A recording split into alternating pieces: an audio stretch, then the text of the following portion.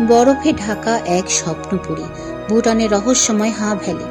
হিমালয়ের কোলে অবস্থিত ছোট্ট দেশ ভুটান, আর এই দেশের সবচেয়ে সংরক্ষিত এবং রহস্যময় অঞ্চলের নাম হলো হা ভ্যালি।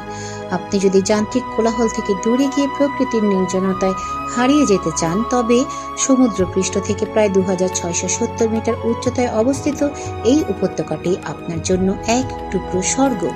বিশেষ করে শীতকালে যখন পুরো উপত্যকাটি সাদা বরফের চাদর ঢেকে যায়, তখন এর রূপ দেখে মনে হয় যেন কোনো এক রূপকথার পাতায় প্রবেশ করেছে। হা ভ্যালি ভুটানের অন্যতম প্রাচীন এবং ঐতিহাসিকভাবে গুরুত্বপূর্ণ অঞ্চল। 2002 সাল পর্যন্ত এই উপত্যকাটি পর্যটকদের জন্য উন্মুক্ত ছিল না। এই নিষিদ্ধ থাকার কারণে এখানকার প্রকৃতি আজও একেবারে অস্পর্শ এবং নির্মল। তিব্বত সীমান্তের খুব কাছে হওয়ায় এখানে পা রাখলে এক অদ্ভুত রোমাঞ্চ অনুভূত হয়। শীতকালে হা ভ্যালির তাপমাত্রা হিমাঙ্কের নিচে নেমে যায়। চারদিকের উঁচু উঁচু পাহাড়, পাইন বন আর ছোট ছোট ভুটানি বাড়িগুলো যখন ঘন তুষারপাতে ঢাকা পড়ে, তখন এক অপার্থিব নীরবতা নেমে আসে। তুষারাবৃত মেঠো পথ দিয়ে হাঁটার সময় পায়ের নিচে বরফের মচমচে শব্দ আর পাইন গাছের ডাল থেকে ঝরে পড়া তুষার আপনাকে এক অন্য জগতে নিয়ে যাবে। হা ভ্যালির প্রধান আকর্ষণ হলো এর প্রাচীন মন্দির বা লাখাং। পাহাড়ের পাদদেশে অবস্থিত লাখাং কার্পো এবং লাখাং নাগপো।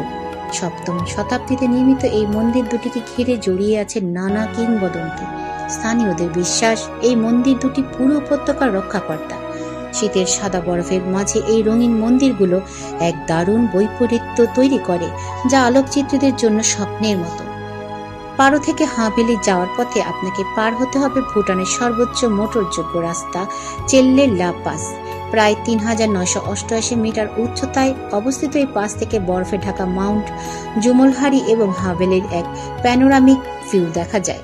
প্রচণ্ড হাওয়ায় উড়তে থাকা রঙিন প্রেয়ার ফ্ল্যাগ বা প্রার্থনা পতাকাগুলো যেন হিমালয়ের শান্তি ও সদ্ভাবের বার্তা জড়িয়ে দেয়।